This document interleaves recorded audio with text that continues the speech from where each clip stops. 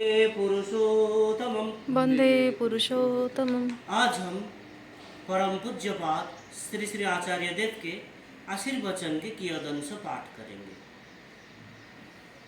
हम सभी ठाकुर के कर्मी हैं, लेकिन असल में तो हम सामान्य गृहस्थ जीवन जीने वाले लोग हैं और हमारे अस्तित्व की जड़ भी इसी गृहस्थ जीवन में है। गृहस्थ रहते हुए ही हमारे सभी कर्म सारे उपलब्धियां हैं। इसीलिए आज उस घर परिवार की ही कुछ बातें कहो। यह कहानी पंजाब के एक सिख परिवार के युवक की। गरीब घर का लड़का, उसके घर का पूरा खर्च एक छोटी सी किराने के दुकान के सहारे चलता है। पर घर में माता पिता है, वृद्ध दादा दादी है और उस लड़के ने बचपन से देखा है कि उसके माता पिता दादा दादी की सेवा में कोई कसर नहीं छोड़ते। वह खुद भी स्कूल जाता है, मन लगाकर पढ़ाई करता है और उसकी माँ उसे हमेशा प्रेरणा देती है कि वो एक दिन बड़ा आदमी बने। लड़के ने बहुत पढ़ाई की, खूब मेहनत की और इसी तरह एक दिन उसके सामने आया एक बड़ा अवसर, छात्रवृत्ति पाकर विदेश जाकर पढ़ाई करनी।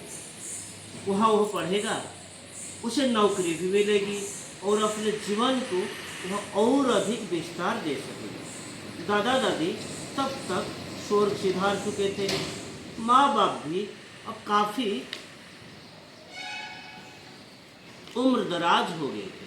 बहुत दिन बाद परिवार ने खुशियों की लहर आई, लेकिन जैसे जैसे विदेश जाने की तारीख नज़दीक आने लगी, तभी अचानक उसके बूढ़े पिता एक गंभीर बीमारी के शिकार हो गए।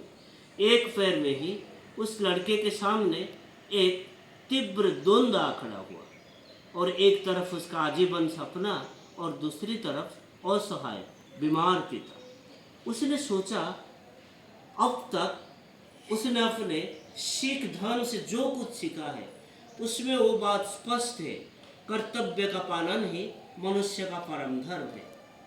फिर और क्या सोचना, लड़के ने निश्चय किया वह अपने परिवार के साथ ही रहेगा। विदेश जाने का वो सुनहरा अवसर उसने बिना किसी हिचक से छोड़ दिया और उसके सारे सहपाठी, दोस्त और जान पहचान वाले उसे कहने लगे, अरे तू तो मूर्ख है।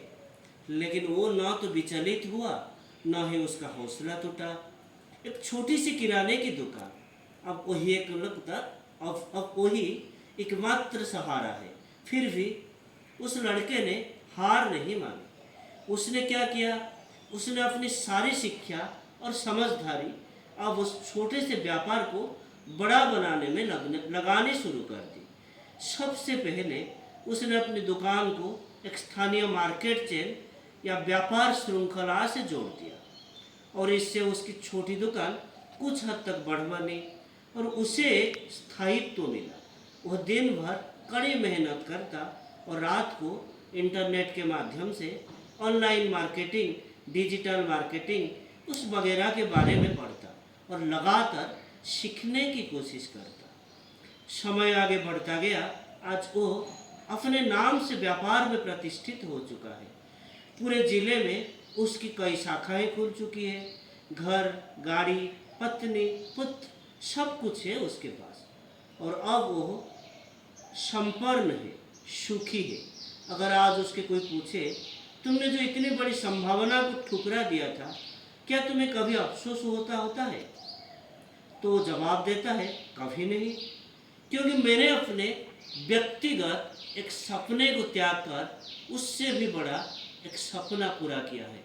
मैंने अपने परिवार को पाया है, अपने पिता की सेवा करने का अवसर पाया है। तो आज के लिए इतना ही। वंदे पुरुषोत्तमम। वंदे पुरुषोत्तमम्। जय।